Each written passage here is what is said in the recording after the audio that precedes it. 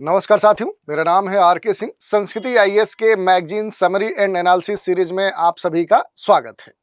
इस सीरीज के अंतर्गत आज के एपिसोड में हम जिस मैगजीन की चर्चा करने वाले हैं वो मैगजीन है मार्च 2025 की साइंस रिपोर्टर मैगजीन। और इसी मैगजीन में प्रकाशित जो महत्वपूर्ण आर्टिकल्स हैं उन पर हम खास तौर पे चर्चा करेंगे। उन आर्टिकल्स में जो भी महत्वपूर्ण बातें हैं उनका विश्लेषण करेंगे। और ये इसलिए भी आपके लिए महत्वपूर्ण हो जाता है कि इस समय आप देखेंगे तो कई सारे एग्जाम्स में मेंस एग्जाम्स आपके सामने टारगेट के रूप में पड़े हुए हैं। और इनके सीधे जो प्रश्न हैं जो अब तक हम मैगजीन्स लगातार जिन पर हम चर्चा करें, जैसे योजना हो, कुरुक्षेत्र हो, साइंस रिपोर्टर हो, ईपीडब्ल्यू हो, डाउन टू अर्थ हो, यहाँ से सीधे प्रश्न आपके उठा लिए जाते हैं। अभी कल एक एग्ज़ाम हुआ है जिसमें कई सारे जो प्रश्न हैं आज के मैगजीन में सीधे आपको मिल जाएंगे। जैसे कुछ उदाहरण हम बात कर लेते हैं कि कौन कौन से जो टॉपिक है जिन पर आज हम चर्चा करने वाले हैं।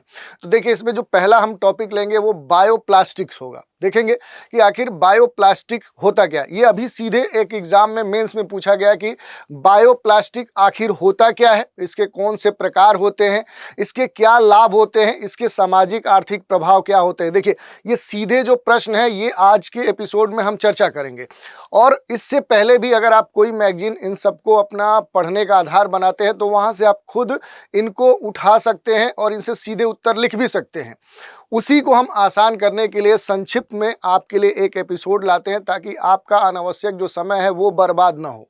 तो पहला आर्टिकल हम इसकी चर्चा करेंगे। दूसरा देखिए, जो आर्टिकल होगा उसमें हम बात करेंगे कि जो स्वच्छ ऊर्जा है, जो ऊर्जा के स्रोत हैं, उस रूप में जो हाइड्रोजन है उसकी क्या भूमिका है। जैसे अभी तक आपने सुना होगा कि जो हाइड्रोजन है वो एक तरह से क्या है कि एक गंधहीन, रंगहीन, स्वादहीन गैस है। लेकिन अभी एक प्रश्न पूछा था कि जो भविष्य में हाइड्रोजन एनर्जी के रूप में जो व्हाइट हाइड्रोजन है उसकी क्या भूमिका हो सकती है। तो अभी तक तो हमने ये सुना था कि जो हाइड्रोजन गैस है उसका कोई रंग नहीं होता है, कोई स्वाद नहीं होता है, कोई रूप नहीं होता है। लेकिन फिर ये प्रश्न कैसे पूछा जा रहा है कि व्हाइट हाइड्रोजन के बारे में। तो देखिए, स्रोत के आधार पे जो हाइड्रोजन होते हैं उसके कई प्रकार होते हैं। भूरा हाइड्रोजन होता है, काला हाइड्रोजन होता है, ग्रे हाइड्रोजन होता है, ब्लू, गुलाबी, फिरोजी, ग्रीन। तो ऐसे हाइड्रोजन के भी कई प्रकार विभाजित किए जाते हैं। तो इनसे जुड़े हुए प्रश्न आपके पूछे जा सकते हैं। ये भी पूछा जा सकता है कि हाइड्रोजन से संबंधित कौन सी चुनौतियां हैं। तो ऐसे सीधे प्रश्न इसमें मिलने वाले हैं। तो ये दूसरा आर्टिकल होगा। तीसरा जो आर्टिकल होगा वो खास तौर पे चर्चा में है क्योंकि अपशिष्ट से जुड़े हुए जितने भी मुद्दे हैं इस समय सभी एग्जामों में पूछे जा रहे हैं। जो वेस्ट मैनेजमेंट है ये इस पर सरकार का खास तौर पे इस समय फोकस है। तो ये एक आर्टिकल होगा। देखेंगे कि स्वस्थ पर्यावरण के लिए जो अपशिष्ट प्रबंधन है वो कितना जरूरी है। सीधे प्रश्न आपका यूपीएससी हो, यूपीपीसीएस का मेंस हो, बीपीएससी का मेंस हो या किसी भी एग्जाम में या आपके इंटरव्यू में सीधे पूछा जा सकता है क्योंकि ये व्यवहारिक प्रश्न है। इसके अलावा अपशिष्ट प्रबंधन के जो 5R मेथड होते हैं उन पर हम चर्चा करेंगे कि आखिर अपशिष्ट प्रबंधन के जो 5R मेथड है वो होता क्या है। ये सीधे आपसे पूछेगा कि 5R अपशिष्ट प्रबंधन के मेथड पर टिप्पणी करिए। ये आपसे सीधे पूछ लिया। ऐसे पूछ सकता है कि जो कृषि अपशिष्ट का प्रबंधन है वो होता क्या है, कैसे किया जाता है, जल अपशिष्ट प्रबंधन कैसे होता है, ई कचरा का प्रबंधन कैसे होता है, प्लास्टिक जो अपशिष्ट है उसका प्रबंधन कैसे होता है। तो ऐसे बहुत सारे टॉपिक्स हैं जिनकी चर्चा आज के एपिसोड में हम एक एक करके करने वाले हैं। ये हम इसलिए आपको बता रहे हैं कि आपको समझ में आना चाहिए कि आप जिस एपिसोड को, जिस चैनल को देख रहे हैं उसमें से कौन सा एपिसोड या कौन सा जो कार्यक्रम है कितना आपके लिए लाभदायी हो सकता है और उसमें से क्या आपको पढ़कर अपने एग्जाम के लिए निकालना है। ये बस इतना बताना हमारा कार्य था। और चलिए आज का एपिसोड हम शुरू करते हैं और देखते हैं इन महत्वपूर्ण जो आर्टिकल्स हैं जो कहीं ना कहीं आपके एग्जाम के लिए काफ़ी लाभदायी हो सकते हैं। चलिए पहला आर्टिकल लेते हैं। पहला आर्टिकल जो है ये बायोप्लास्टिक से जुड़ा हुआ है। बड़ा ही चर्चा में रहने वाला ये टॉपिक है और इससे लगातार प्रश्न इस समय मेंस एग्जाम में, आपके इंटरव्यू में, आपके पीटी एग्जाम में पूछे जा रहे हैं। चलिए शुरू करते हैं। इसके बारे में हम देखते हैं कि आखिर ये बेसिक जो टॉपिक है ये इस मैगजीन में आखिर क्यों डाला गया था। तो देखिए, जो वर्तमान में जो प्लास्टिक है इसकी जो उपयोगिता है आधुनिक जीवन में एक तरह से देखेंगे तो ये हम सभी का एक महत्वपूर्ण अंग बन चुका है। आप कहीं भी जाते हैं, कोई भी सामान खरीदते हैं, कोई भी वस्तु ले जाते हैं, ले आते हैं, कहीं से परचेज करते हैं, कहीं भेजते हैं, तो उसमें प्लास्टिक की जो अनिवार्यता है वो एक तरह से बन चुकी है। कई बार इसके लिए कई सारे नियम कानून इस पर प्रतिबंध लगाने के लिए बने, लेकिन आज तक ये पूरी तरह से सफल नहीं हो पाए हैं। और इसके बढ़ते उपयोग के कारण देखें तो प्रत्येक वर्ष में पर्यावरण में जो प्लास्टिक अपशिष्ट है, जो प्लास्टिक वेस्ट है, इसकी जो मात्रा है, ये मात्रा उत्सर्जित की जाती है और इससे बड़े स्तर पे जो प्रदूषण है उसकी समस्या हमें देखने को मिलती है।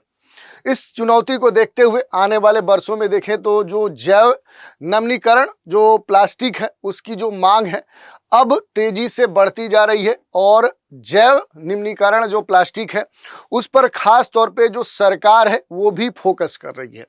तो यही मुद्दा है और इसी को ध्यान में रखते हुए ये आर्टिकल प्रकाशित हुआ था। अब बात करें कि ये जो प्लास्टिक है, इस प्लास्टिक से कौन सी चुनौतियां उत्पन्न हो रही हैं, कौन सी समस्याएं उत्पन्न हो रही हैं। ये सीधे आपसे एक प्रश्न पूछा जा सकता है कि वर्तमान युग में जो प्लास्टिक है ये समाज का एक अनिवार्य जरूरत बन चुका है, लेकिन इस प्लास्टिक के उपयोग से जो उत्पन्न समस्याएं हैं, जो चुनौतियां हैं, उन पर संक्षिप्त प्रकाश डालिए। ये प्रश्न हो गया और यही उत्तर आपको यहाँ पर दिया गया है, यही आपको लिखना है। देखिए, प्लास्टिक जो उद्योग है ये वार्षिक स्तर पे देखें तो 300 मिलियन जो टन है, इससे ज़्यादा जो प्लास्टिक है उसका उत्पादन हो रहा है, जिससे अधिकतर एकल उपयोग प्लास्टिक होता है। एक बार में हम उपयोग किए, उसे वेस्ट के तौर पे फेंक दिए। प्लास्टिक जो अपशिष्ट है उसको विघटित होने में सैकड़ों हजारों वर्ष लग जाते हैं, क्योंकि टिकाऊ और पॉलीमर से ये बना होता है, जो धीरे धीरे क्या होता है, ये विखंडित होता है, एक बार में ये समाप्त नहीं होता है। इसके अलावा उत्पादित जो कुल प्लास्टिक है उसका केवल 7% ही रिसाइकिल किया जा सकता है तथा 8% जला दिया जाता है। इस तरह की स्थिति देखने को मिलती है कि जो कुल 100% जो वेस्ट प्लास्टिक है उसमें से केवल 7% ही ऐसा प्लास्टिक है जिसे रिसाइकिल करके पुनः उपयोग में लाया जाता है या वो उसके लायक होता है कि रिसाइकिल किया जा सकता है। बाकी ऐसा प्लास्टिक होता है कि वो रिसाइकिल हो ही नहीं सकता। और उसमें से 8% जो प्लास्टिक होता है उसे सामान्य तौर पे जो डेटा दिए गए हैं कि जलाकर समाप्त कर दिया जाता है। बाकी जो प्लास्टिक है उसे लैंडफिल में फेंक दिया जाता है और यही सबसे बड़ी प्रॉब्लम्स का जड़ बनता है। इसमें देखिए कुछ आंकड़े हैं जो आप एग्जाम में जब आप उत्तर लिख रहे हो तो वहाँ पर कोट कर सकते हैं। जैसे नेशनल एकेडमी ऑफ जो प्लास्टिक वेस्ट है उसका ये कहना है कि हर वर्ष 14 बिलियन पाउंड प्लास्टिक फेंका जाता है, जिससे गंभीर जो पर्यावरणीय समस्याएं हैं वो उत्पन्न होती हैं। वर्ष 2024 का डाटा है कि 2024 तक प्रति वर्ष प्लास्टिक अपशिष्ट का एक बड़ा हिस्सा था जो लगभग 10 मिलियन टन तक था। ये महासागरों में कहीं ना कहीं पहुंचा, इंटर हुआ और इस कारण से जो सागरी प्रदूषण है वो तेजी से बढ़ा है। और अब इसकी स्थिति ऐसी है कि इस समुद्री प्रदूषण के कारण अब देखें तो समुद्रों में जो जलमार्ग हैं वो भी अवरुद्ध हो रहे हैं। आप देखे होंगे कि जो बड़े बड़े शिप्स हैं उन्हें आगे बढ़ाने के लिए जो उनके व्हील होते हैं, आप देखोगे ऐसे चक्री होती है, वो घूमती है। वो क्या होता है कि इस प्लास्टिक वेस्ट में फंस जाने से उनकी स्पीड खराब होती है, कम हो जाती है, वो टूट जाते हैं, ब्रेक हो जाते हैं, या इस तरह की जो समस्याएं हैं वो देखने को मिलती है। और हाल ही के बहुत सारे जो डेटाज हैं, जो आंकड़े देखने को मिले हैं, उनकी ये माने तो प्लास्टिक जो अपशिष्ट है उसको सीमित करने के लिए दुनिया भर में ग्लोबल लेवल पे देखें तो प्रयास किए जा रहे हैं, लेकिन ये जो प्रयास हैं अभी भी पर्याप्त नहीं माने जा रहे हैं।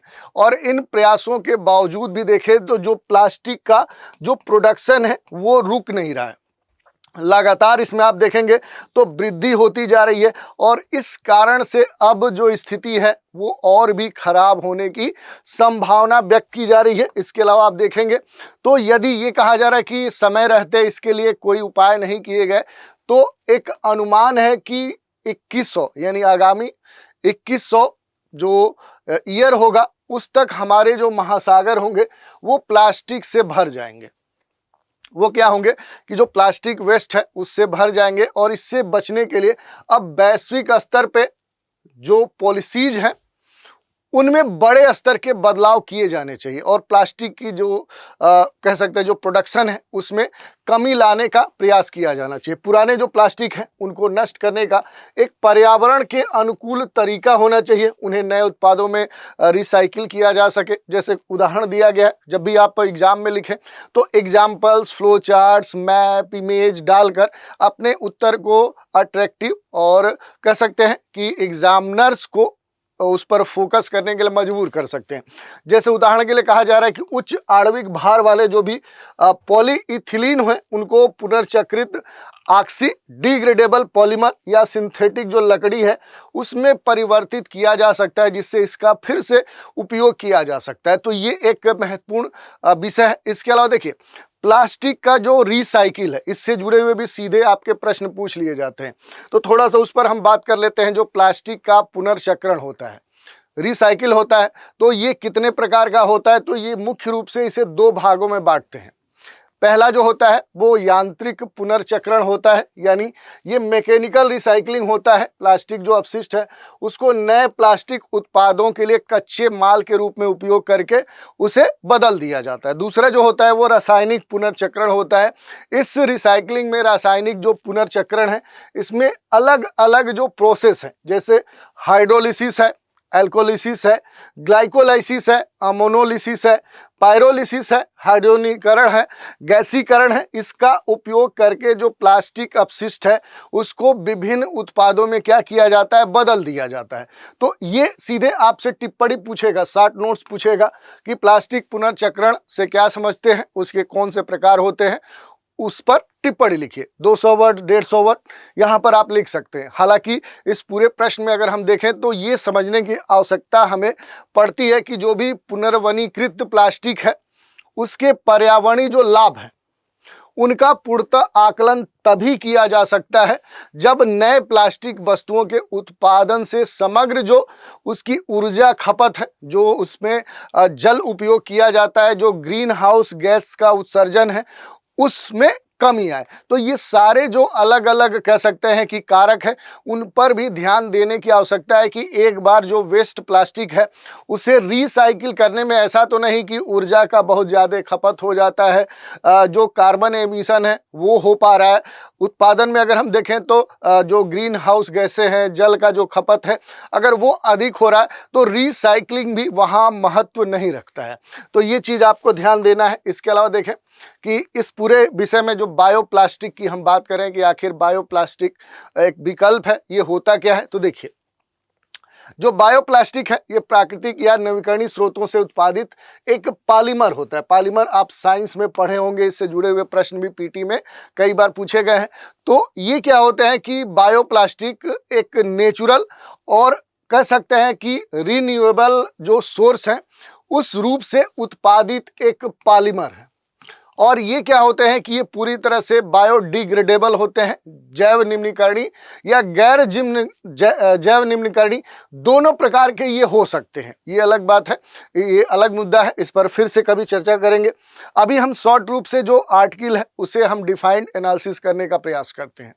देखिए, जो बायोप्लास्टिक है अगर इसके प्रकार की बात करें तो इसके कई सारे प्रकार हो सकते हैं। जैसे अलग अलग जो बायोप्लास्टिक है, जैसे जीवाश्म आधारित जो जैव निम्नीकरण जो प्लास्टिक है, जो बायोप्लास्टिक है, उसकी हम चर्चा करें तो देखिए, पेट्रोलियम से प्राप्त ये जो पॉलीमर है अभी भी प्राकृतिक रूप से विघटित होने में सक्षम माने जाते हैं और यही कारण है कि इन्हें बायोप्लास्टिक कहा जाता है। इसमें कई सारे आते हैं, जैसे पॉलीब्यूटिलीन है, एडिपेट को थेरेप्थेलेट है, पॉलीब्यूटिलीन है, सक्सिनेट है, ऐसे कई सारे जो कह सकते हैं कि कंपाउंड है वो इसमें शामिल किए गए हैं। जैव आधारित और गैर जैव निम्नीकरण, दूसरा जो बायोप्लास्टिक का प्रकार है वो ये है जिसमें बायो जो एथेनॉल है उससे प्राप्त जो भी कमोडिटी पॉलीमर है, जैसे कि आप देखिए पॉलीविनाइल जो क्लोराइड है, दूसरा पॉली एथीन है, इस समूह में शामिल किए गए हैं। और ये आणविक संरचना में देखेंगे तो जीवाश्म ईंधन से प्राप्त अपने समतुल्य जो भी कंपाउंड है उनके बराबर ही माने जाते हैं और बायोडिग्रेडेबल ये अभी तक नहीं माने गए हैं। हालांकि इनके बारे में बहुत सारी बातें कही गई है कि इनका जो कार्बन फुटप्रिंट होता है वो अपेक्षाकृत कम होता है और ये वायुमंडल में जो कार्बन डाइऑक्साइड है उसे छोड़ते हैं। दूसरा जो इसका प्रकार है वो है जैव आधारित और निम्नकर्णी जो प्लास्टिक है। इसमें क्या होगा कि ये बायोडिग्रेडेबल होता है, जहां वो नहीं होता है ये होता है, तो इसे कहें तो एक तरह से ट्रू बायोप्लास्टिक कहते हैं। सही मामले में इसे ही बायोप्लास्टिक कहा जाता है। और इन पॉलीमर को बनाने के लिए अक्षय जैविक रूप से उत्पन्न जो भी सामग्री है उसे इस्तेमाल किया जाता है। इनमें देखिए प्रोटीन है, पॉलीसेकेराइड है, प्लांट लिपिड है या एनिमल जो लिपिड है, ऐसे प्राकृतिक जो पॉलीमर हैं उनका उपयोग करते हुए इन्हें बनाया जाता है। अगला जो है प्रकार वो प्रोटीन पर आधारित जैव प्लास्टिक है। जीवित जो भी कोशिकाएं हैं उनके जैविक कार्य जो होते हैं वो प्रोटीन पर निर्भर करते हैं, जो कि अमीनो एसिड से क्या होते हैं, पॉलीमर होते हैं। और जैव आधारित जो पॉलीमर है वो बनाने के प्रयास में कई सारे जो प्लांट्स हैं, जो एनिमल्स हैं, उनसे व्युत्पन्न जो प्रोटीन है उसका अब अध्ययन किया जा रहा है और इस कारण से ये महत्वपूर्ण हो जाता है। चूंकि ये पूरा जो बायोप्लास्टिक है ये पौधे पर आधारित और अपशिष्ट जो कृषि सोर्स हैं उनसे बनाए जाते हैं, इसलिए ये पारंपरिक जो प्लास्टिक है उसकी तुलना में अधिक पर्यावरण हितैषी होते हैं, जो जैव निम्नीकरण गुणों को प्रदर्शित करते हैं। तो इस तरह से इसके बारे में हमने देख लिया। इसके अलावा भी अगर बात करेंगे तो स्टार्च पर भी आधारित बायोप्लास्टिक्स होता है, ठीक है। पेट्रोलियम आधारित जो बायोप्लास्टिक है इसकी तुलना में देखें तो स्टार्च पर आधारित जो पॉलीमर है ये अधिक सुरक्षित एक ऑप्शन माना जाता है, क्योंकि ये मकई जैसे, आलू जैसे प्राकृतिक जो रूप में पाई जाने वाले जो पदार्थ हैं, जो वस्तुएं हैं, जो सामग्री है उससे प्राप्त होते हैं और ये आसानी से क्या होते हैं, टूट जाते हैं। स्टार्च आधारित जो प्लास्टिक है उसका जो उपयोग है ये पर्यावरण को हानिकारक जो प्रदूषक है उससे बचाने में महत्वपूर्ण भूमिका निभाता है। बाजार के लिए विकसित 50% जो बायोप्लास्टिक है वो स्टार्च से ही अब बनाए जा रहे हैं, इस कारण से ये महत्वपूर्ण है। इसके अलावा देखिए बायोप्लास्टिक के लाभ आपसे पूछे जा सकते हैं सीधे। एक तो लॉन्ग प्रश्न पूछा जा सकता है, दूसरा टिप्पणी पूछी जा सकती है, शॉर्ट नोट्स पूछा जा सकता है कि आखिर बायोप्लास्टिक के कौन से महत्वपूर्ण लाभ हो सकते हैं, उन पर संक्षिप्त रूप से बात कीजिए, ठीक है। तो पर्यावरणीय जो लाभ हो सकते हैं उन पर हम बात करेंगे, फिर उसके बाद इसके सामाजिक आर्थिक लाभ भी बात करेंगे, क्योंकि देखिए इसके कई सारे लाभ हो सकते हैं। इन्वायरमेंटल जो दृष्टिकोण से देखें तो वो भी लाभ हो सकता है, और सोशियो इकोनॉमिक पर्सपेक्टिव से देखें तो ये भी इसके एडवांटेज हमें मिल सकते हैं। तो पहले हम बात कर लेते हैं बायोप्लास्टिक से जो लाभ होने वाला है वो है पर्यावरणीय लाभ। इससे क्या होता है कि कम कार्बन जो फुटप्रिंट है वो एक महत्वपूर्ण इसमें मुद्दा आता है, क्योंकि जो बायोप्लास्टिक है ये क्या होता है कि जो फॉसिल्स जो फ्यूल होते हैं, जो जीवाश्म ईंधन होते हैं, उसकी बजाय क्या होते हैं कि यहाँ पर जो प्लांट हैं, जो पौधे हैं, ऐसे नवीकरणीय जो संसाधन है उनसे ये बनाए जाते हैं। तो इस कारण से देखें तो इनसे जो कार्बन एमिशन है उसकी जो मात्रा है वो काफ़ी कम होती है। ये बेहतर कह सकते हैं कि जैव निम्नीकरणीय होते हैं, क्योंकि ये बायोडिग्रेडेबल होते हैं, ये टूट जाते हैं। क्योंकि बायोप्लास्टिक पारंपरिक जो प्लास्टिक होता है उससे क्या होता है, उसकी तुलना में हानिकारक जो पदार्थ हैं उन पदार्थों में क्या हो जाता है, डिकम्पोज्ड हो जाता है, ये विघटित हो जाता है, और इस कारण से ये कहीं ना कहीं पर्यावरण को परंपरागत जो प्लास्टिक है उसकी अपेक्षा कम नुकसान पहुंचाता है। तीसरी बात करें कि ये इसकी जो स्टेबिलिटी होती है वो अपेक्षाकृत देखें तो बायोप्लास्टिक के उत्पादन में कभी कभी जो पारंपरिक प्लास्टिक है, या ऐसे देखें कि जो बायोप्लास्टिक होता है, जो बायोप्लास्टिक है ये पेट्रोलियम पर आधारित जो प्लास्टिक है उसका एक हरित विकल्प है। ये क्या है, एक ग्रीन ऑप्शन है। किसका ऑप्शन है, तो जो पेट्रोलियम पर आधारित जो आपका प्लास्टिक होता है उसका ये एक कह सकते हैं कि विकल्प है, और ये हरित विकल्प है, इस कारण से इसका पर्यावरण पे कम से कम नुकसान होता है।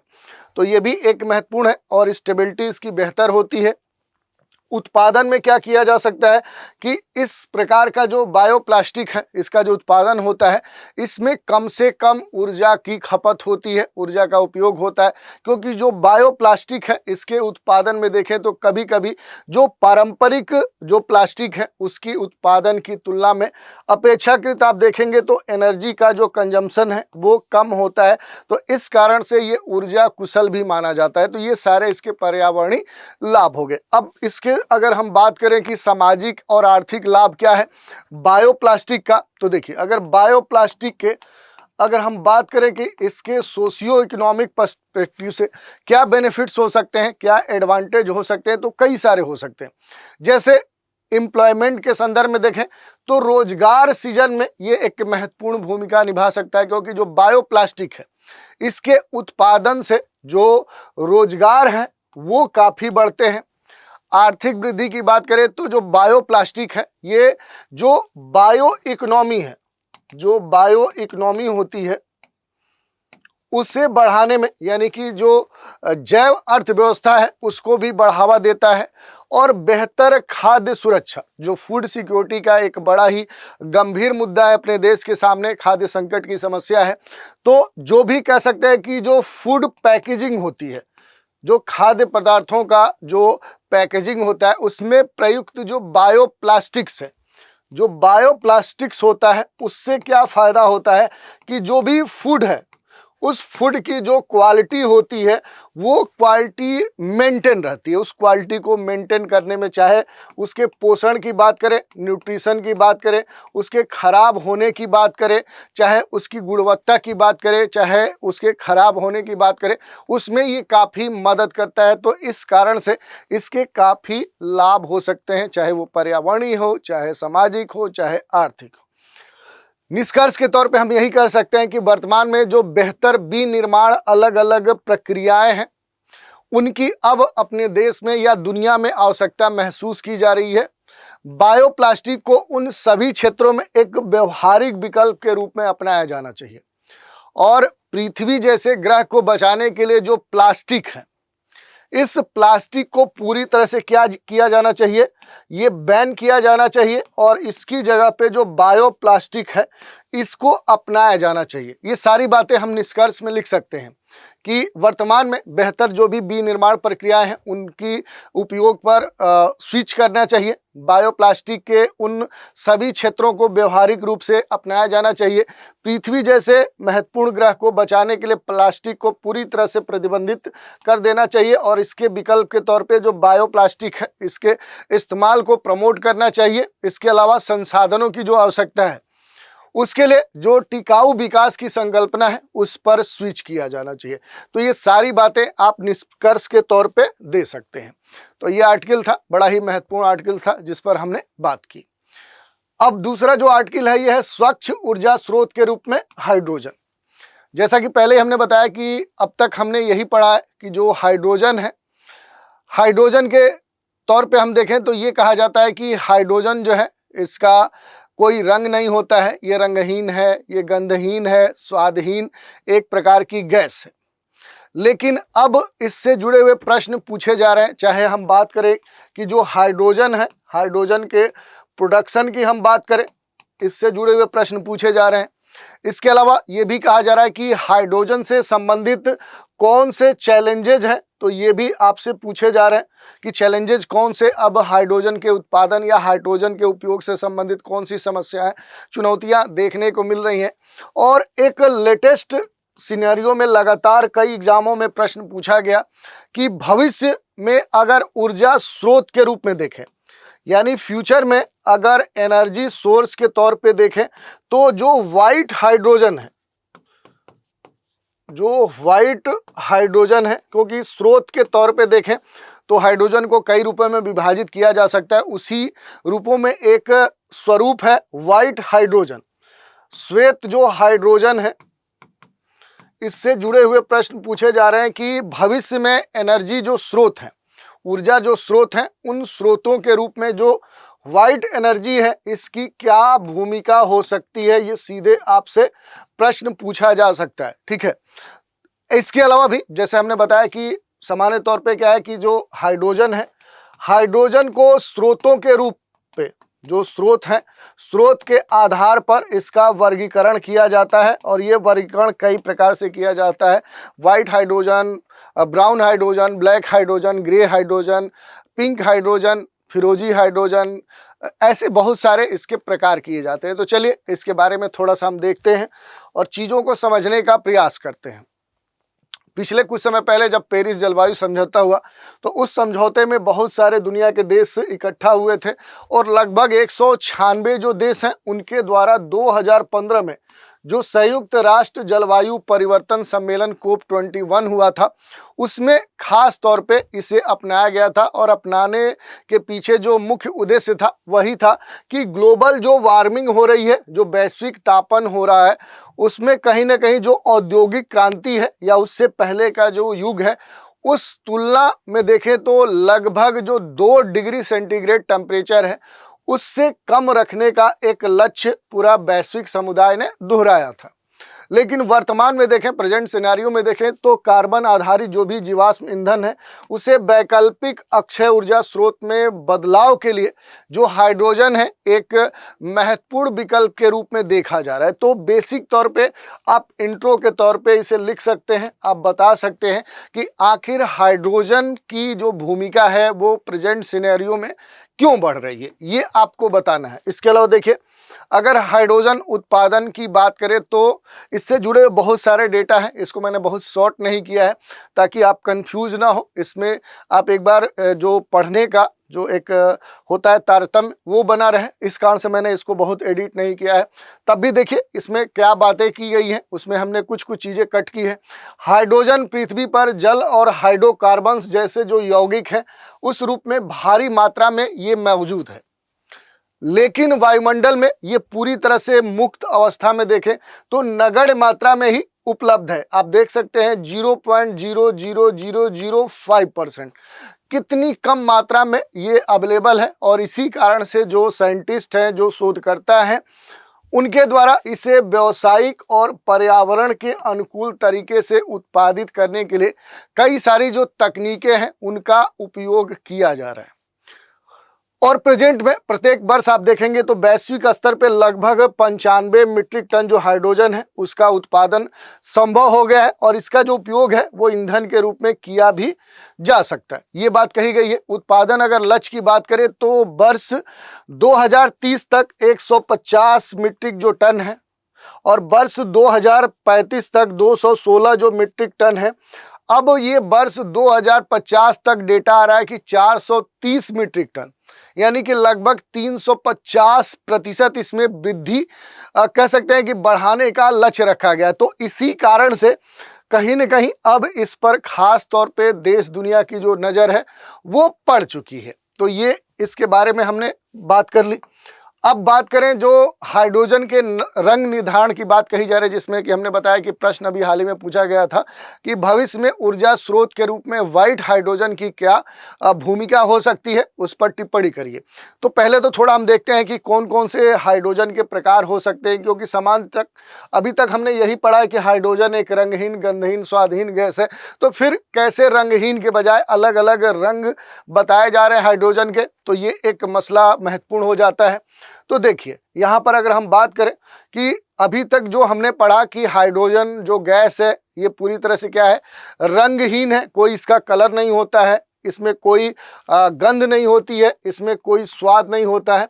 हालांकि उत्पादन स्रोत के आधार पर इसके कई सारे जो रंग हैं वो बताए जाते हैं, जैसे कि हमने बताया था कि भूरा, काला, ग्रे, गुलाबी, हरा, बहुत सारे कलर हो सकते हैं, इनमें इनको विभाजित किया जाता है।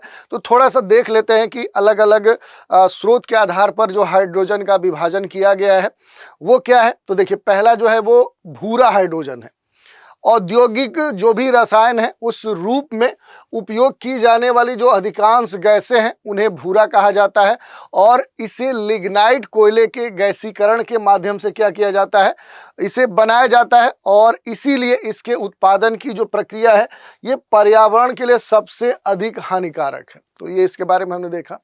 अब ब्लैक हाइड्रोजन की बात करें तो देखिए जो ब्लैक हाइड्रोजन है ब्लैक हाइड्रोजन भी क्या है कि भूरे हाइड्रोजन की ही तरह क्या है, निर्मित है, और अंतर दोनों में केवल इतना होता है कि उत्पादन के लिए जो काला कोयला है उसके लिए उसका उपयोग किया जाता है, जबकि जो ब्राउन हाइड्रोजन है उसके लिए क्या है कि लिग्नाइट या भूरा कोयला प्रारंभिक स्रोत के तौर पे इसमें इस्तेमाल किया जाता है। तो ये दोनों के बारे में हमने देखा।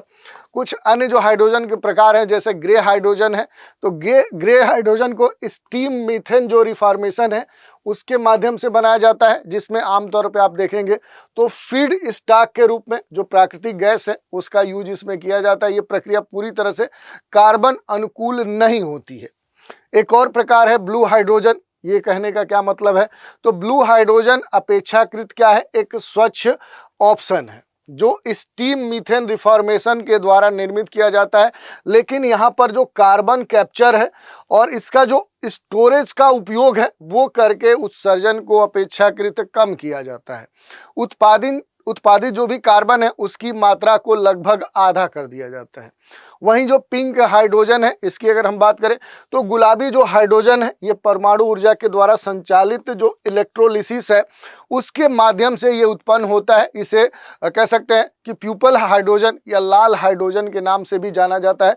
तो हो सकता है कि आपसे कभी पूछ दे कि लाल जो हाइड्रोजन है वो क्या होता है और उसके निर्माण प्रक्रिया और उसकी जो उपयोगिता है वो क्या है, इससे जुड़ा हुआ प्रश्न आपसे पूछा जा सकता है।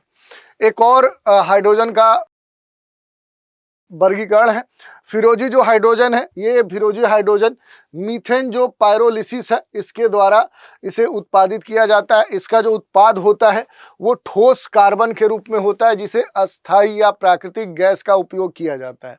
ये जो पूरी प्रक्रिया है इस पूरी प्रक्रिया के तरह कार्बन अनुकूलन नहीं होता है। और जो ब्लू जो हमने देखा उसके अलावा अगर हम बात कर लें कि यहाँ पर जो फिरोजी हाइड्रोजन है ये औद्योगिक जो प्रक्रिया है उनके लिए खास तौर पे इसका उपयोग किया जाता है और इस थर्मल प्रक्रिया को अक्षय ऊर्जा के द्वारा संचालित किया जाता है, लेकिन इसे भी अभी विकसित किया जाना है। ये इस पर शोध चल रहा है, कार्य चल रहा है।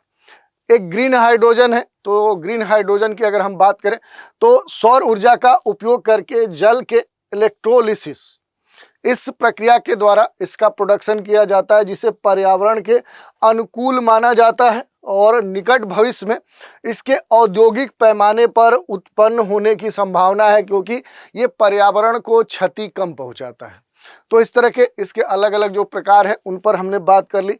अब बात करें कुछ डेटा की, तो जैसे इंटरनेशनल एनर्जी एजेंसी जो है उसकी एक रिपोर्ट आई है जिसमें ये कहा गया कि 1 किलो ग्रीन हाइड्रोजन बनाने के लिए लागत जो है वो कितनी है, 3.80 से लेकर 7.50 अमेरिकी डॉलर है। जबकि स्टीम मीथेन है वो रिफॉर्मेशन जो प्रक्रिया है उसके द्वारा हाइड्रोजन की समान मात्रा का उत्पादन करने की लागत जो है वो 0.90 से लेकर 3.20 डॉलर है। तो आप समझ सकते हैं कि इस हाइड्रोजन की अपेक्षा अगर ग्रीन हाइड्रोजन के उत्पादन की बात करें तो इसकी जो लागत हो जाती है वो काफ़ी कम हो जाती है। इसीलिए अब ग्रीन हाइड्रोजन को व्यावसायिक स्तर पे, व्यवहारिक स्तर पे अब इसकी लागत और इसकी पर्यावरण अनुकूल होने के लिए अब इस पे खास तौर पे फोकस किया जा रहा है। तो ये बातें हमने देख ली। इसके अलावा बहुत सारी बातें हैं जैसे हाइड्रोजन ऊर्जा संबंधित जो भी चैलेंजेज हैं तो उन पर थोड़ा थोड़ा हम की पॉइंट पर बात कर लेते हैं। जैसे संग्रहण संबंधित बहुत सारी संभावनाएं हैं या समस्याएं हैं क्योंकि इसके स्टोरिंग को लेकर बहुत सारे प्रॉब्लम देखने को मिलती है क्योंकि अभी भी पर्याप्त तकनीक नहीं है। हालांकि इस दिशा में काम किया जा रहा है। छोटा सा हिस्सा भी ग्लोबल वार्मिंग का कारण बन सकता है। इस कारण से स्टोरिंग की समस्या सबसे महत्वपूर्ण समस्या है। अशुद्धि की जो समस्या है क्योंकि हाइड्रोजन ग्रीन हाउस गैस नहीं है लेकिन वायुमंडल में इसकी रासायनिक जो प्रक्रिया है वो काफ़ी तेज होती है। जैसे मीथेन, ओजोन है, वायुमंडलीय जलवाष्प जैसी अन्य जो ग्रीन हाउस गैसें हैं उनको ये खास तौर पे प्रभावित कर सकता है। इससे जुड़ी हुई रिसाव की भी समस्या देखने को मिलती है क्योंकि कई बार ऐसा देखा गया है कि संपीड़ित गैस सिलेंडर में संग्रहित होने पर प्रतिदिन 0.12% से लेकर 0.24% हाइड्रोजन का रिसाव होते रहता है और इसका बहुत सारा जो हिस्सा है वो परिवहन, ट्रांसपोर्टेशन, पाइपलाइन से जब आपूर्ति होती है उस दौरान कहीं ना कहीं नष्ट होता है। होता है। तो इस तरह की सभी चुनौतियों के बावजूद भी जो हाइड्रोजन है, हाइड्रोजन को अभी भी किसी भी अन्य ईंधन की तुलना में सबसे कम प्रदूषणकारी ईंधन माना जा रहा है। इसी कारण से इस पर फोकस किया जाए। जो एक प्रश्न हमने बताया कि जो पूछा गया था, यह सीधे प्रश्न आपसे पूछा गया था और ये दिया था कि इस पर आपको टिप्पणी लिखना है, 60 नोट्स लिखना है, तो उसको यहाँ पर हमने दे दिया है। भविष्य के ऊर्जा स्रोत के रूप में जो व्हाइट हाइड्रोजन है उसकी भूमिका पर प्रकाश डालिए। तो देखिए, परिचय में आप लिख सकते हैं कि ये लगभग पूरी तरह से देखें तो प्रदूषण मुक्त हाइड्रोजन का एक प्रकार है। इसे गोल्ड हाइड्रोजन भी कहा जाता है। ये पृथ्वी की सतह के नीचे एक स्वतंत्र अवस्था में भारी मात्रा में क्या होती है, स्टोर्ड होती है, संग्रहित होती है। निर्माण की बात करें तो इसका जो निर्माण है ये कठोर चट्टानों में भू रासायनिक प्रक्रियाओं के द्वारा किया जाता है। खोज की बात करें तो इसकी जो खोज है ये वर्ष 1987 में जो माली है, माली के बोरा कैबोगो गांव के पास कुआं खोदने वाले जो भी टीम थी उनके द्वारा किया गया था। बाद में अध्ययन से पता चला कि निकलने वाली जो गैस है वो 98% शुद्ध हाइड्रोजन थी। इसके संदर्भ में देखें, जो पहला जनरेटर है वर्ष 2012 में एक कंपनी ने 30 किलोवाट का एक प्राकृतिक हाइड्रोजन संचालित जो जनरेटर है वो स्थापित किया और संभवतः आज तक ये तथाकथित जो सफ़ेद हाइड्रोजन है उससे बिजली उत्पन्न करने वाला एकमात्र जनरेटर के तौर पे जाना जाता है। दहन से उत्पन्न होने वाला जो पदार्थ है तो इसके दहन के दौरान देखें तो केवल जल उत्पन्न होता है और कोई अन्य जो प्रदूषक है उसका एमिशन नहीं होता है। तो इस कारण से देखें तो पर्यावरण डिग्रेडेशन के दृष्टिकोण से ये क्या है, सुरक्षित है, पर्यावरण को कोई नुकसान नहीं पहुंचाता है। अगर स्टोर की बात करें, भंडारण की बात करें तो इसके भंडार दुनिया भर के कई देशों में पाए गए हैं, जिनमें अमेरिका, पूर्वी यूरोप, रूस, ऑस्ट्रेलिया, ओमान, फ्रांस, माली और हाल ही में देखें तो भारत में भी हाइड्रोजन के कुछ सोर्स अलग अलग क्षेत्रों में पाए गए हैं। अब थोड़ा सा बात करें कि जो व्हाइट हाइड्रोजन है इसके कौन से एडवांटेज है, कौन से लाभ होने वाले हैं, क्योंकि ये सबसे महत्वपूर्ण इस प्रश्न का खंड होगा। तो देखिए, जो सफ़ेद हाइड्रोजन है इसके मामले में जो परिवहन है, जो ट्रांसपोर्टेशन है, जो स्टोरेज है, उससे बचने के लिए, बिजली उत्पन्न करने के लिए स्रोत के पास जनरेटर स्थापित किए जा सकते हैं, जैसा कि बोरा कैबोगो में किया गया है। दूसरी बात करें तो परिवहन और भंडारण के दौरान जो हाइड्रोजन है उसके जो रिसाव की समस्या है उसको कम करने के लिए उन्नत जो इंसुलेशन है, उस तकनीक और दबाव जो वाहिकाएं हैं उनका विकास किया जा सकता है। इसके अलावा देखें तो इससे काफ़ी मदद मिलती है, क्योंकि इसी प्रकार के जो ईंधन है, इस प्रकार के जो ईंधन है या जो ईंधन सेल है, वो ईंधन जो सेल बनाए जाते हैं तो उनके बनाने से भी नुकसान को काफ़ी कम किया जा सकता है। तो ये भी आपके लिए महत्वपूर्ण है। इसके अलावा अगर हम बात करें कि सभी पहलुओं पर अगर हम विचार करते हुए सफ़ेद हाइड्रोजन यानी कि जो गोल्ड हाइड्रोजन है उसको अगर हम देखें तो गोल्ड हाइड्रोजन अब शून्य उत्सर्जन को प्राप्त करने के लिए सबसे संभावित विकल्प के रूप में उभरा है। तो इस कारण से देखें तो ये महत्वपूर्ण हो जाता है। और यूएस का जो जियोलॉजिकल सर्वे है उसकी माने तो वर्तमान में दुनिया भर में भूमिगत जो भंडारण है उसमें अगर हम देखें तो डेटा जो आया है उसमें ये कहा गया है कि 5.5 ट्रिलियन जो टन है वो हाइड्रोजन स्टोर है, वो कहीं ना कहीं उसके स्रोत होने की उम्मीद जताई गई है। हालांकि इन सभी स्रोतों तक अभी तक जो पहुंच है वो नहीं हो पाई है। जो हाइड्रोजन गैस है उसकी जो उपलब्ध मात्रा है उस मात्रा का केवल कुछ ही प्रतिशत अभी तक उसका निष्कर्षण वैश्विक स्तर पे किया जा रहा है, लेकिन सैकड़ों वर्ष तक प्रति वर्ष 500 मिलियन टन की जो अनुमानित मांग है उसको पूरा करने के लिए वैश्विक स्तर पे अलग अलग क्षेत्रों में ये हाइड्रोजन अभी संग्रहित है। इस प्रकार इसे भविष्य के लिए एक क्लीन एनर्जी के तौर पे अंतिम भरोसेमंद स्रोत के तौर पे अपनाया जा सकता है। तो ये हमने देख लिया कि पूरा की स्वच्छ ऊर्जा स्रोत के रूप में जो हाइड्रोजन है उसका क्या भविष्य है, हाइड्रोजन का जो उत्पादन है वो कैसे हो रहा है, हाइड्रोजन का जो रंग है उसके निर्धारण के आधार पर हाइड्रोजन के कौन से प्रकार हैं, हाइड्रोजन से संबंधित कौन सी चुनौतियां हैं, और भविष्य में जो व्हाइट गोल्डन हाइड्रोजन है उसकी क्या भूमिका हो सकती है, और भविष्य में जो हाइड्रोजन की चर्चा हो रही है, इसका क्या भविष्य है हरित ऊर्जा के संदर्भ में। तो ये सारे विषय थे जिन पर हमने बात की। एक और टॉपिक है अपशिष्ट प्रबंधन, जो वेस्ट मैनेजमेंट है। ये एक बड़ा ही गंभीर विषय होता है और ये इस बार इस आर्टिकल के तौर पे इस मैगजीन में प्रकाशित हुआ था। तो इससे जुड़े हुए कई सारे प्रश्न आपके पूछे जा सकते हैं। थोड़ा सा पहले हम उन्हीं पर बात कर लेते हैं। जो अपशिष्ट प्रबंधन है, इससे जुड़े हुए जो प्रश्न पूछे जाएंगे, पहले तो यही पूछा जा सकता है कि अपशिष्ट प्रबंधन से आप क्या समझते हैं। स्वस्थ पर्यावरण के लिए जो अपशिष्ट प्रबंधन है ये कितना जरूरी है, टिप्पणी करिए। अपशिष्ट प्रबंधन का जो वर्गीकरण है वो कैसे किया जा सकता है, ये भी प्रश्न आपसे पूछा जा सकता है। कृषि अपशिष्ट जो प्रबंधन है उसे कैसे किया जा सकता है। शहर के स्तर पे जो अपशिष्ट प्रबंधन है उसे कैसे किया जा सकता है। इसके अलावा जो प्लास्टिक कह सकते हैं कि अपशिष्ट है, उसका प्रबंधन कैसे किया जा सकता है। जो ई कचरा की बात कही जा रही है, जो इस समय सबसे बड़ा एक गंभीर संकट दुनिया के सामने बना हुआ है, ये आखिर इसका प्रबंधन कैसे किया जा सकता है। ऐसे कई सारे विषय हैं जिन पर हम बात कर सकते हैं। तो चलिए एक एक करके हम थोड़ा सा इसके बारे में बात करें। दुनिया में जो जनसंख्या है, जो औद्योगिकरण है, जो शहरीकरण है, ये अब रुकने वाला नहीं है, ये तेजी से बढ़ते ही जा रहा है।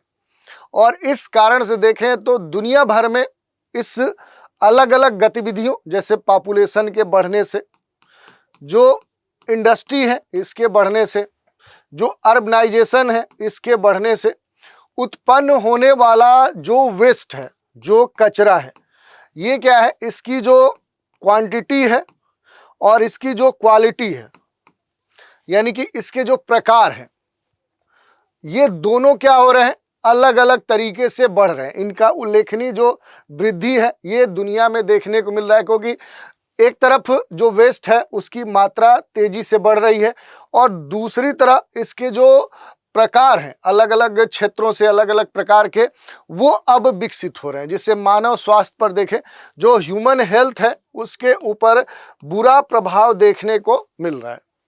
और कुछ आंकड़े भी इस पूरे संदर्भ में आप देख सकते हैं कि देखने को मिले हैं दुनिया में। अगर आप देखेंगे तो ये कहा गया है आंकड़ों के संदर्भ में कि भारत में, अगर इंडिया की हम बात कर ले, थोड़ा सा इंडिया के संदर्भ में अगर देखें तो ये कहा गया है कि इंडिया में केवल अगर हम देखें तो वार्षिक स्तर पे लगभग 63 मिलियन, आप देख सकते हैं 63 मिलियन टन कचरा क्या होता है, उत्पन्न होता है। आप समझ सकते हैं कि ये जो आंकड़ा है ये कितना महत्वपूर्ण है। केवल भारत जैसे देश में ये आंकड़ा देखने को हमें मिल रहा है।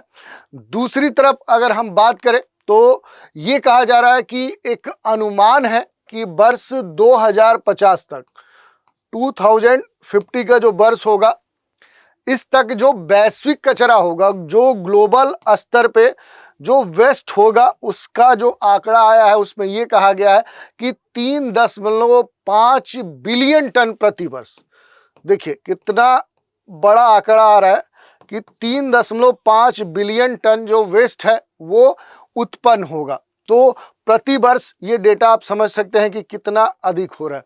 तो इसी से अंदाजा लगाया जा सकता है कि आने वाले समय में जो वेस्ट मैनेजमेंट है ये हमारे लिए कितना महत्वपूर्ण हो जाता है। इसके अलावा देखिए एक दो चीज़ें और हम देख लेते हैं। जैसे ये कहा जा रहा है कि जो स्वस्थ पर्यावरण है उसके लिए जो अपशिष्ट प्रबंधन है, वर्तमान में क्या है कि जो कुशल अपशिष्ट प्रबंधन है ये एक बुनियादी ज़रूरत बन चुका है और ख़ास तौर पे जो हानिकारक प्रभाव उत्पन्न हो रहे हैं उन्हें समाप्त करने के लिए जो अपशिष्ट है उसका संग्रह, उसका परिवहन, उसका भंडारण, उसकी हैंडलिंग, उसका उपचार, उसका निपटान, सभी इस प्रबंधन में शामिल किए जाते हैं। ऐसा नहीं कि प्रबंधन एक क्रिया है, बल्कि इसमें क्या किया जाता है कि प्रबंधन में अगर देखें तो जो भी प्रभाव है अपशिष्ट के, उन प्रभावों को समाप्त करने के लिए चरणबद्ध तरीके से काम किया जाता है कि जो अपशिष्ट है उसका संग्रहण किया जाता है, उसका परिवहन किया जाता है, उसका भंडारण किया जाता है, उसे हैंडलिंग के स्तर पे लाया जाता है, उसका उपचार किया जाता है, फिर उसका निपटान किया जाता है। तो इस चरणबद्ध तरीके से उस पर नियंत्रण किया जाता है। और इस निपटान के माध्यम से आप देखेंगे तो अपशिष्ट का जो प्रबंधन है, अपशिष्ट का जो उत्पादन है उसमें कमी, और पुनः उपयोग के साथ मूल्यवर्धित जो उपयोगी उत्पाद हैं उनके लिए अपशिष्ट का जो पुनर्चक्रण है, ये सुरक्षित जीवन के लिए, स्वच्छ और स्वस्थ वातावरण बनाए रखने के लिए अब महत्वपूर्ण विषय हो चुका है। तो ये हमने देख लिया। एक और प्रश्न बड़ा ही महत्वपूर्ण हो सकता है आने वाले समय में, जो आपसे पूछा जा सकता है कि अपशिष्ट प्रबंधन के जो 5R जो तरीके हैं, जो मेथड है, उन पर टिप्पणी करिए, 60 नोट्स लिखिए। ये आपसे पूछा जा सकता है। तो देखिए, इसमें जो 5R हैं उनकी अगर बात करें कि आखिर ये होता क्या है, तो इसमें देखिए, पहला रिफ्यूज होता है, दूसरा रिड्यूस होता है, तीसरा रीयूज होता है, चौथा रीपर्पज होता है, और पांचवा रिसाइकिल होता है। थोड़ा सा इन्हें समझने का प्रयास करें। रिफ्यूज मतलब अस्वीकार कर देना। मीनिंग क्या है कि ऐसी वस्तुएं खरीदने से बचना है जिनकी हमें आवश्यकता नहीं है। तो कोशिश हमें करना है कि वैसी वस्तुएं जिनकी हमें जरूरत नहीं है उनके खरीद से आपको क्या करना है, बचना है। ये आपको ध्यान देना है कि ऐसी वस्तुएं जो आपको खरीदने की आपको जरूरत नहीं है, तो वैसी वस्तुओं को आपको खरीदना नहीं है। तो ये पहला जो 5R है उसमें पहला तरीका हो गया। दूसरा है रिड्यूस करना, कम करना। एकल उपयोग वाले जो भी वस्तुएं हैं, अगर हम बात करें तो एकल उपयोग वाले जो भी वस्तुएं हैं उनके स्तर पे क्या करना है कि उनके उपयोग को आपको क्या करना है, कम कर देना है। उनके उपयोग को आपको कम करना है। तीसरी बात, रीयूज की बात कही जा रही है, फिर से उपयोग करने की बात कही जा रही है। यानी मीनिंग क्या है कि वस्तुओं को एक से अधिक बार क्या करना है, आपको उपयोग करना है। जो भी वस्तुएं हैं उन वस्तुओं को एक से अधिक बार क्या करिए, उपयोग करिए। तो ये हो गया। इसके अलावा अगर हम बात करें तो रीपर्पज, पुनः प्रयोजन, यानी वस्तुओं का अलग अलग तरीकों से क्या करना चाहिए, आपको उपयोग करना चाहिए। जो भी वस्तुएं हैं उन वस्तुओं को अलग अलग तरीके से क्या करिए, उपयोग करिए। तो ये भी बात आपके लिए महत्वपूर्ण हो गई। इसके अलावा देखिए, जो लास्ट है 5R का, वो है रिसाइकिल, पुनर्चक्रण। उस वस्तु का पुनर्चक्रण करना है जिन्हें पुनर्चक्रित किया जा सकता है। तो बहुत सारे ऐसे पदार्थ हैं जो रिसाइकिल नहीं किए जा सकते, लेकिन जिनका रिसाइकिल किया जा सकता है, तो उन वस्तुओं का क्या किया जाना चाहिए, उन वस्तुओं का रिसाइकिल किया जाना चाहिए और उनका उपयोग किया जाना चाहिए।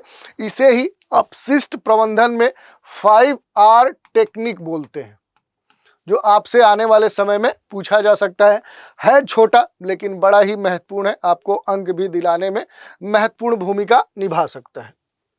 इसके अलावा देखिए, अपशिष्ट का जो क्लासिफिकेशन है, तो भौतिक अवस्था के आधार पर जो कचरा है, कचरा को ठोस, तरल और गैसीय कचरे के रूप में क्या किया जाता है, एक तरह से विभाजित किया जाता है। और स्रोत के आधार पर आप देखेंगे तो कई प्रकारों में इन कचरे को विभाजित किया जाता है। जैसे कृषि आधारित कचरा है, औद्योगिक कचरा है, शहरी कचरा है, ग्रामीण कचरा है, घरेलू कचरा है, पारिवारिक, वाणिज्यिक, निर्माण, खनन, ई कचरा है। ऐसे अलग अलग प्रकारों में इसे बांटा जा सकता है। अब इन अलग अलग जो कचरा है उनके प्रबंधन पर हम थोड़ा सा बात करें कि कृषि अपशिष्ट जो है उससे जुड़े हुए जो प्रबंधन की बात कही जा रही है, थोड़ा सा उस पर अगर हम बात करें, और सीधे आपसे प्रश्न पूछ सकता है कि कृषि अपशिष्ट प्रबंधन पर टिप्पणी लिखिए। ठीक है, तो थोड़ा सा देखने का प्रयास करते हैं। भारत में प्रतिवर्ष लगभग आप देखिए 350 मिलियन टन कृषि अपशिष्ट उत्पन्न होता है। और कृषि जो अपशिष्ट है, इसका जो वार्षिक ग्रीन हाउस गैस के स्तर पे देखें, जो एमिशन है वो लगभग देखें तो इसमें कंट्रीब्यूशन 26% का है। और ऐसे में जो कृषि अपशिष्ट प्रबंधन है, इनके लिए निम्नलिखित उपाय किए जा सकते हैं। जैसे जो भी खेत हैं, उन खेतों से खराब और फेंके गए जो उत्पाद हैं जैसे कि अनाज है, फल है, सब्जियां हैं, इनका जो उपयोग है ये बायोगैस के उत्पादन, सीलेज, खाद निर्माण, जैविक उर्वरक के निर्माण में किया जा सकता है।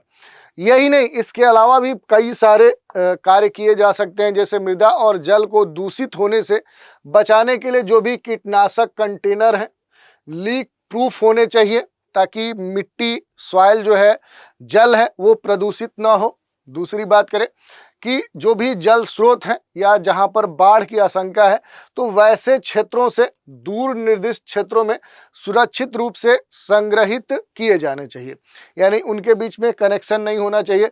छोटे जो जोत हैं, मध्यम जो खेत हैं, उनके लिए अपशिष्ट प्रबंधन बड़ी चुनौती होती है, और ऐसे में जो सामुदायिक खाद केंद्र हैं उन पर ध्यान केंद्रित करने वाले जो भी केंद्रीकृत जो अपशिष्ट प्रसंस्करण इकाइयां हैं, उनकी स्थापना पर खास तौर पे ध्यान देना चाहिए। और पर्यावरण के अनुकूल और टिकाऊ कृषि अपशिष्ट प्रबंधन जो प्रथाएं हैं, उन प्रथाओं से जो सॉइल है, जो वाटर है, जो एयर है, इनकी जो गुणवत्ता है उसके ऊपर खास तौर पर ध्यान देते हुए इसके प्रभाव को कहीं ना कहीं कंट्रोल किया जा सकता है। तो ये सारी बातें हैं। ऐसे ही आप शहरी अपशिष्ट के बारे में देख सकते हैं, क्योंकि शहरी ठोस अपशिष्ट घरों, उद्योगों, संस्थानों, अस्पतालों यहाँ से निकलने वाला अपशिष्ट होता है, जिसमें मुख्य रूप से खाद्य अपशिष्ट, कागज, कपड़ा, कार्डबोर्ड, प्लास्टिक, कांच, धातु, ये सभी शामिल होते हैं। और इस प्रकार के जो अपशिष्ट हैं, इनका सुरक्षित और पर्याप्त रूप से निपटान के लिए कुछ खास रणनीति अपनाई जा सकती है। और यही आपसे पूछेगा कि शहरी अपशिष्ट प्रबंधन को कैसे किया जा सकता है, शहरी अपशिष्ट का जो प्रबंधन है वो किस प्रकार से किया जा सकता है, स्पष्ट कीजिए। तो आपको पहले बता देना है कि शहरी अपशिष्ट का मतलब होता क्या है और इस पर कैसे, इसके लिए कैसे रणनीति बनाई जा सकती है। ठीक है, तो जैसे अगर हम बात करें कि इसके लिए क्या रणनीति अपनाई जा सकती है, तो देखिए, उत्पादन के जो भी सोर्स हैं, जो अपशिष्ट हैं, उनको अलग अलग सामग्रियों में अलग अलग किया जाना चाहिए। जैसा कि आप देखेंगे कि आपके अगर किसी सार्वजनिक प्लेस पे जाएंगे तो वहाँ पर आपको अलग अलग बॉक्स रखे होते हैं कि जहाँ पर सूखा कचरा हो, गीला कचरा हो, या इस तरह के जो रेडिएशन वाले कचरा हो, उनको अलग अलग डिब्बों में, जैसे हॉस्पिटल में जाएंगे, किसी सार्वजनिक प्लेस पे जाएंगे, किसी बड़े प्लेटफॉर्म पे जाएं, या इस तरह का जो भी पब्लिक प्लेस है, तो वहाँ पर इस तरह के आपको डब्बे रखे मिलेंगे, जिस पर ये पेस्ट किया गया रहेगा कि ये सूखा कचरा के लिए है, ये गीला कचरा के लिए है, ये रेडिएशन वाले कचरे के लिए है। तो इस तरह की बात कही गई है। इसमें यह कहा जा रहा है कि मुख्य अपशिष्ट प्रबंधन जो रणनीतियां हैं उसमें लैंड फिलिंग, भस्मीकरण, पुनर्चक्रण, खाद बनाना, अपशिष्ट से ऊर्जा बनाना, ये सारी प्रक्रियाएं शामिल की जा सकती हैं। जैसे लैंड फिलिंग की बात करें तो इसका जो उपयोग होता है वो नगर पालिका के जो ठोस, निर्माण और खतरनाक कचरे हैं उसके निपटान के लिए किया जाता है। प्लास्टिक, कांच, धातु जैसे अकार्बनिक जो कचरे हैं उनके पुनर्चक्रण के तौर पे लिया जाता है, जबकि जैविक जो कचरे हैं इनसे खाद्य अपशिष्ट, कागज का निर्माण करना, खाद्य जो है वो बनाना, पोषक तत्वों से भरपूर जो खाद्य है वो बनाने पर खास तौर पे फोकस किया जाता है। ऐसे ही इससे जुड़े हुए अगर हम बात करें तो खतरनाक जो अपशिष्ट हैं उनको हाई टेम्परेचर और कम ऑक्सीजन पर प्लाज्मा गैसीकरण और सूक्ष्मजीव या पौधे, जिसे फाइटो रेमेडिएशन कहते हैं, इसका उपयोग करके हानिकारक भारी धातुओं, प्रदूषकों, दूषित जो पदार्थ हैं, ऐसे जो बहुत सारे पदार्थ हैं, इनको बायो रेमेडिएशन के द्वारा सिन गैस में परिवर्तित किया जा सकता है। तो ये आपके लिए महत्वपूर्ण है। गैस पुनर्चक्रीकरण अपशिष्ट को एनारोबिक प्रक्रिया और प्लाज्मा गैसीकरण का उपयोग करके बिजली, ईंधन, गर्मी जैसे नवीकरणीय ऊर्जा स्रोतों में चेंज किया जा सकता है। तो ये हमने देख लिया। इसके अलावा भी आप देख सकते हैं अपशिष्ट जल प्रबंधन, इसके लिए बात कही गई है कि जो ग्रे वाटर है उसके अंतर्गत जो भी वॉश बेसिन है, रसोई सिंक है, शावर, वॉशिंग मशीन, इनको शामिल किया जाता है। और ब्लैक वाटर के अंतर्गत आप देखेंगे तो शौचालयों से निकलने वाले जो हानिकारक रोगजनक पानी है और मानव अपशिष्ट आदि को शामिल किया जाता है। और इसके प्रबंधन के लिए जो बातें कही गई हैं, तो इसके उपचार 4 चरण में होते हैं, जो कार्बनिक पदार्थ, ठोस, पोषक तत्व एवं रोगजनक जो भी होते हैं उनको हटाते हैं, और जिनमें उपचार के अलग अलग चरण शामिल हैं। जो 4 चरण हैं उनकी अगर हम बात करें तो प्रारंभिक चरण में जो भी अपशिष्ट जल है उसका उपचार किया जाता है। अपशिष्ट जल से बड़े और मोटे जो कण पदार्थ हैं उनको हटा लिया जाता है।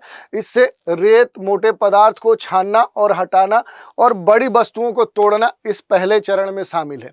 वहीं द्वितीय चरण में देखें तो अपशिष्ट उपचार में जो भी निलंबित जो ठोस और अवशिष्ट जैव निम्नीकरण, घुले हुए और कोलाइडल जो कार्बनिक पदार्थ हैं उन्हें एरोबिक जैविक उपचार प्रक्रियाओं के उपयोग करके हटा दिए जाते हैं। और तीसरे स्टेज में क्या है कि अपशिष्ट जल उपचार के चरण में देखा जाए तो अतिरिक्त जो निलंबित ठोस हैं, घुले हुए जो ठोस नाइट्रोजन, फास्फोरस, दुर्दम्य जो कार्बनिक पदार्थ हैं, जो भारी धातुएं हैं, उनको इसमें से रिमूव किया जाता है। और इसके बाद क्लोरीन के घोल का उपयोग करके पानी को कीटाणु रहित किया जाता है और अंत में जो भी उपचारित अपशिष्ट जल है उसको स्टोर किया जाता है। उपचारित जो अपशिष्ट जल है इसका जो उपयोग होता है वो सिंचाई में, औद्योगिक जो भी उद्देश्य है, शौचालय, फ्लश करने के लिए किया जाता है। अवशिष्ट जो कीचड़ है इसका जो उपयोग है ये उर्वरक, जैव ऊर्जा के निर्माण, मृदा के कंडीशनर के तौर पे इस्तेमाल किया जाता है। तो ये हमने देख लिया मूल रूप से कि जो अपशिष्ट जल है उसका जो प्रबंधन है वो कैसे किया जाता है 4 चरणों में। खास तौर पे शहरों के संदर्भ में एक बड़ा मुद्दा है जो जल प्रबंधन है, ठीक है। तो उससे हम जल अपशिष्ट को कैसे प्रबंधित कर सकते हैं। इसी के संदर्भ में देखें तो प्लास्टिक जो अपशिष्ट है इसका भी प्रबंधन किया जा सकता है। जो भी प्लास्टिक की खपत है उसे वैश्विक स्तर पे सालाना 400 मिलियन तक ये अब बढ़ गई है, लेकिन अब ये कहा जा रहा है कि 60% जो प्लास्टिक है इस प्लास्टिक कचरे को रिसाइकिल नहीं किया जाता है और लैंडफिल में डंप किए गए जो गैर बायोडिग्रेडेबल प्लास्टिक कचरे हैं उनसे कई सारी जो पर्यावरणीय और मानव के हेल्थ पर निगेटिव इम्पैक्ट पड़ता है। तो इससे जुड़े हुए कैसे प्रयास किए जा सकते हैं, तो प्लास्टिक को इकट्ठा करने के लिए प्लास्टिक जो अपशिष्ट केंद्र है वो स्थापित करने होंगे। स्रोत पर गैर बायोडिग्रेडेबल सामग्री को अलग करने और प्लास्टिक को रिसाइकिल करने जैसी जो भी पारिस्थितिकी रूप से टिकाऊ जो प्लास्टिक हैंडलिंग रणनीतियां हैं वो अपनाया करना चाहिए। लैंडफिल रिसाइकलिंग, पायरोलिसिस, द्रवीकरण, सड़क निर्माण में पुनः उपयोग और सीमेंट भट्ठों, ईंट निर्माण, तरल ईंधन, जो टार का निर्माण होता है, कंक्रीट का उत्पादन होता है, उसमें प्लास्टिक कचरे का सह प्रसंस्करण, प्रभावी प्लास्टिक जो अपशिष्ट है ये प्रबंधन रणनीतियाँ अपनाई जानी चाहिए। इसके अलावा जो इस समय बड़ा ही एक महत्वपूर्ण कचरा है वो ई कचरा है, इलेक्ट्रॉनिक जो कचरा है। ई कचरा को इलेक्ट्रॉनिक कचरा कहा जाता है, दुनिया का सबसे तेजी से बढ़ने वाला अपशिष्ट है। ई कचरे का 1/4 से भी कम हिस्सा रिसाइकिल नहीं किया जाता। ई कचरा मानव स्वास्थ्य और पर्यावरण के लिए इस समय खतरनाक माना जा रहा है, क्योंकि इलेक्ट्रॉनिक और जो इलेक्ट्रिकल वस्तुएं हैं इनमें कई अलग अलग जो जहरीले पदार्थ हैं उनका इस्तेमाल होता है। उन्हें लैंडफिल से दूर ही रखा जाना चाहिए। ई कचरे का जो संग्रह है, विघटन है, डाटा की जो स्वच्छता है, डाटा को अनुपयोगी बनाना है, पुनर्चक्रण या पुनः उपयोग, ई कचरा प्रबंधन जो प्रक्रिया है ये सबसे महत्वपूर्ण है। और इसी संदर्भ में देखें तो जो ई कचरा है इसके विघटित जो भी घटक हैं उन घटकों को पुनर्चक्रित करना है, उन्हें उनके भागों के स्तर पे देखें तो पुनः उपयोग करना है। और आमतौर पे जो भी ई कचरा होता है ई कचरे के निपटान के लिए खास तौर पे उपयोग किया जाता है। आमतौर पे जो ई कचरा है इसके निपटान के लिए जो एसिड बाथ है, एसिड जो बाथ होता है ये सबसे महत्वपूर्ण तौर पे उपयोग किया जाता है, जिसमें धातुओं को अलग करने के लिए एक शक्तिशाली सल्फ्यूरिक, हाइड्रोक्लोरिक और नाइट्रिक एसिड के घोल में जो इलेक्ट्रॉनिक सर्किट है उसको भिगोना पड़ता है और उससे ये अलग हो जाता है। तो ये हमने देख लिया। इसके अलावा देखें तो एक और प्रबंधन है वो है अंतरिक्ष अपशिष्ट का प्रबंधन। तो इसके बारे में आप देख सकते हैं और बेसिक जानकारी ले सकते हैं। इसके अलावा देखिए अपशिष्ट जो प्रबंधन है इसमें जो जैव प्रौद्योगिकी है, जो बायोटेक्नोलॉजी है, इसकी क्या भूमिका हो सकती है, थोड़ा सा इस पर हम बात कर लेते हैं। तो देखिए जो जैव प्रौद्योगिकी है ये ठोस अपशिष्ट और जो अपशिष्ट जल है, जो औद्योगिक अपशिष्ट है, इसका मूल्यवान जो भी उत्पाद है उसमें बदलने के लिए जो भी जीवित जीव हैं उनके जो उत्पाद हैं उनको उपयोगी बनाती है। प्राकृतिक रूप से पाए जाने वाले जो भी सूक्ष्म जीव हैं, जो अपशिष्ट है, उसमें जो भी विषाक्त तत्व पाए जाते हैं उनको गैर विषाक्त तत्वों में बदल सकता है और ये प्राकृतिक जो बायो रिएक्टर है उस रूप में कार्य करेगा। अपशिष्ट को उपयोगी सामग्रियों में ये परिवर्तित कर सकता है। और इसके अलावा एक दो चीजें इसमें देख सकते हैं, जैसे फाइटो रेमेडिएशन के सतह या भूजल मृदा कीचड़ आदि से दूषित जो भी पदार्थ हैं उनको हटाने, उन्हें विघटित करने और इसके लिए जो वही पौधे हैं उनका उपयोग करना एक पारंपरिक जो अपशिष्ट प्रबंधन है उन रणनीतियों के तरह पे देखें तो एक प्रभावी तरीका हो सकता है। उच्च जो प्रकाश अवशोषण है, जो कह सकते हैं कि हाई जो अल्ट्रावायलेट जो रेंज है, इस रेंज वाले जो भी कार्बन डॉट्स हैं उनका उपयोग पर्यावरण के लिए हानिकारक कृषि अपशिष्टों को बायोडिग्रेडेबल घटकों में विघटित करने के लिए जो फोटो कैटालिस्ट है उस रूप में किया जाता है। उच्च जो फोटो कैटालिटिक गतिविधियां हैं, इन गतिविधियों वाले जो कार्बन डॉट्स हैं, जो TiO2 जो नैनो कण है उनसे बने नैनो हाइब्रिड का उपयोग मानव जनित जो कीटनाशक हैं उनको विघटित करने के लिए किया जाता है। तो इस तरह से क्या है कि कैसे हम अपशिष्ट प्रबंधन में जैव प्रौद्योगिकी का इस्तेमाल कर सकते हैं उसके बारे में हमने देखा। तो ये भी आपसे प्रश्न पूछा जा सकता है कि अपशिष्ट प्रबंधन में जैव प्रौद्योगिकी की क्या भूमिका हो सकती है। आप देख सकते हैं कि एक तरह से इन्वायरमेंट का और दूसरे तरफ से आप देखेंगे तो आपके टेक्नोलॉजी, दो सब्जेक्ट का यहाँ पर इस्तेमाल करते हुए एक प्रश्न आपका बन सकता है। और ऐसे ही प्रश्न आजकल पूछे जा रहे हैं जो कह सकते हैं कि इंटरडिसिप्लिनरी है, एक से अधिक विषयों का समावेशन करते हुए आपके प्रश्न पूछे जा रहे हैं।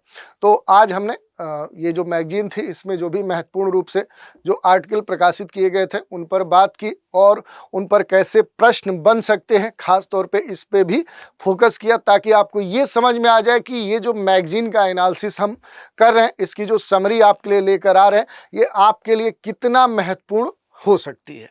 ठीक है, तो आज के एपिसोड में इतना ही रखते हैं। अगले एपिसोड में एक अलग मैगजीन में प्रकाशित जो महत्वपूर्ण आर्टिकल्स होंगे उन पर हम चर्चा करेंगे।